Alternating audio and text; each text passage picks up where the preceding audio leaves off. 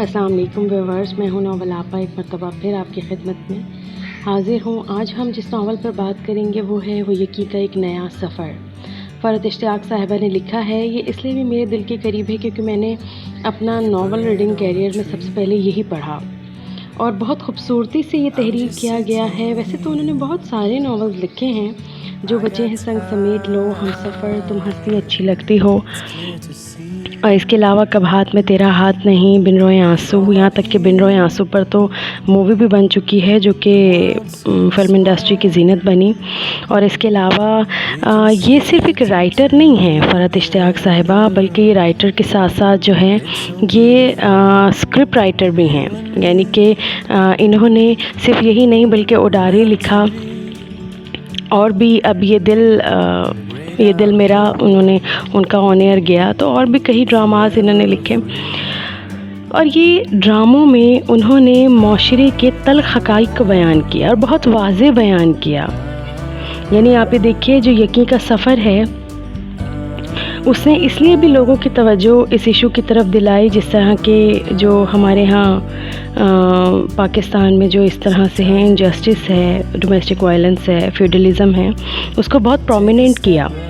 कहानी कुछ इस तरह है कि ज़ुबिया खलील जो कि हीरोइन है, डॉक्टर है, घर का माहौल बेहद कंज़र्वेटिव है, मज़हबी है, क्योंकि वालिद जो कि इसके अबी हैं वो बहुत ही सख्त हैं, और इसकी वालदा मातल्लत और दो बड़े भाई रेहान और फरमान के साथ ये एक बहुत ही पोश एरिया इलाके में रहते हैं।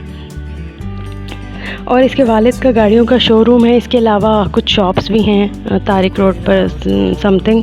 तो इन्होंने बहुत अच्छी ये लोग ज़िंदगी गुजार रहे हैं, लेकिन सिर्फ पैसे की हद तक।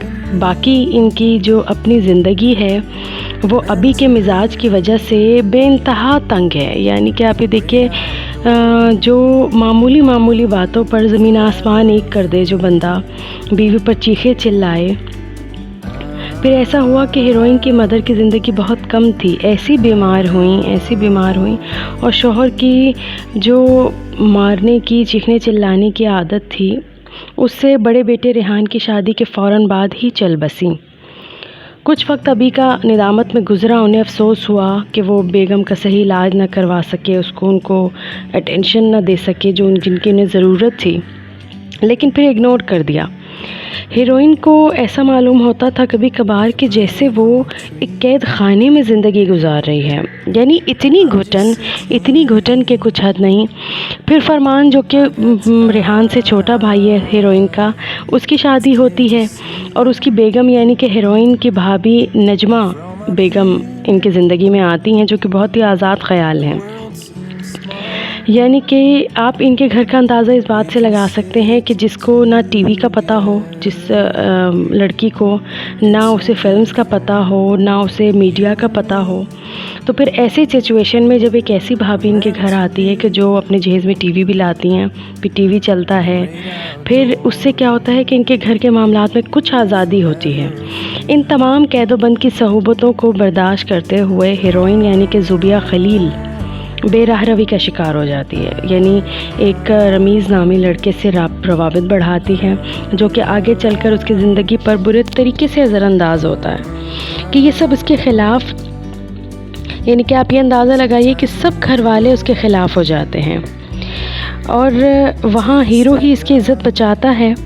मगर उस वक्त तक इज़्ज़त तो बच जाती है, लेकिन जो एक इसका मकाम होता है इसके वालिद, इसके दोनों भाई भाभीयों की नज़रों में, वो बिल्कुल ख़त्म होकर रह जाता है। हीरोइन का एडमिशन मेडिकल कॉलेज में हो जाता है, मगर इस घर में सिवाय अभी के कोई इससे बात नहीं करता। फिर कुछ ही अरसे में अभी भी दुनिया से रुखसत हो जाते हैं। इन्हीं दिनों हीरोइन के भाई का कज़न उसके साथ बुरा करने की कोशिश करता है, जिस पर इसके भाई इस आदमी को बुरा भला कहने के बजाय जो है वो हीरोइन को ही बुरा भला कहते हैं। नौबत मार पीट तक आ जाती है, गाली गलौज तक आ जाती है। इसकी दोनों भाभियाँ भी इसको बुरा कहती हैं, इसकी किरदार कशी करती हैं, यहाँ तक कहती हैं कि पता नहीं ऐसी औरतों में गट्स क्या होते हैं जो मर्दों को अपनी तरफ खींचते हैं। यानी कि आप अंदाज़ा लगाइए कि इसी तरह की और भी कई बातों से ज़ूबिया खलील को लहूलुहान किया जाता है। फिर एक वक्त आता है कि हीरोइन अपना घर छोड़ देती है और अपनी अम्मी की कज़न, जिस पर इसकी अम्मी के कई एहसानात होते हैं, उनके घर शिफ्ट हो जाती है, जिनका एक बेटा और एक बेटी है। बेटा मोहसिन और बेटी शैला, जो कि इसको बहुत मोहब्बत से अपनायत से रखती हैं। इसका वक्त बहुत अच्छा गुज़रा, मगर जब तक वहाँ मोहसिन भाई की शादी नहीं हो जाती, क्योंकि ज़ूबी भाभी जो कि मोहसिन भाई की मिसेज़ हैं, उनके आने के बाद हीरोइन उनकी आंखों में खटकना शुरू हो जाती है। और ज़ूबी भी ज़ूबिया के बारे में ऐसी ही बातें करती हैं कि पता नहीं ऐसी लड़कियों में ऐसा क्या होता है, क्या गट्स होते हैं कि जो मर्दों को अपनी तरफ खींचती हैं। शैला को शादी के सिलसिले में जो भी लोग देखने आते थे, तो उनको रिश्तों के हवाले से भी वो शैला को ज़ूबिया के ख़िलाफ़ करती हैं कि जब तक बेटे ज़ूबिया मौजूद है तुम्हारी शादी तो मुमकिन नहीं है। एक दिन हद हो जाती है, शदीद बारिश होती है और ज़ूबिया मोहसिन भाई को फ़ोन करके ये कहती है कि आप मुझे हॉस्पिटल से पिक कर लीजिएगा, कोई कन्वेंस नहीं मिल रही है। और जब ये दोनों पानी में शराबूर घर पहुंचते हैं तो ज़ूबी भाभी घर आसमान पर उठा लेती हैं कि इन दोनों का कोई चक्कर है, जिससे घर में एक तूफ़ान आता है। मगर फिर भी खाला इससे इतनी मोहब्बत करती हैं कि इसे घर से निकलने का नहीं कहती। इन्हीं दिनों इसकी निगाह एक इश्तहार पर पड़ती है, जो कि पेशावर से एक दूर दराज एक जगह पर हॉस्पिटल है, वहाँ लेडी डॉक्टर की ज़रूरत होती है।